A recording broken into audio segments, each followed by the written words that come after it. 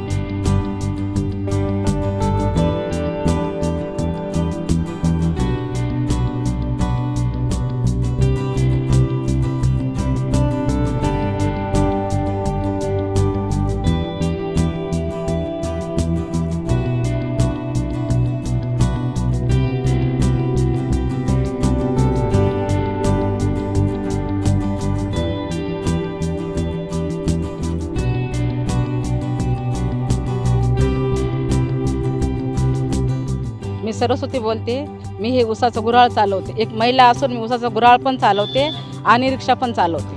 का तर माझ्या अंगात जिद्द आहे। कुठल्याही महिलेनं अंगात जिद्द असेल तर ती काही बी करू शकते। असा विचार नाही करायचा की लोक काय म्हणतील, आपण आपल्या संसारासाठी आपण काही बी करू शकतो। ही अशी माझ्या जशी जिद्द आहे तसे प्रत्येक महिलामध्ये असायला पाहिजे। नाही, हे नाही करायचं। आत्महत्या करणं हा पर्याय नाही आहे ना। असा पर्याय आपण जर असं निवडलं तर आपल्या मुलाचं भविष्य काय घडणार आहे। तसं माझ्यावानी खंबीर व्हा आणि आत्महत्या करायचा विचार सोडून द्या आणि जिद्दीने पुढे जा।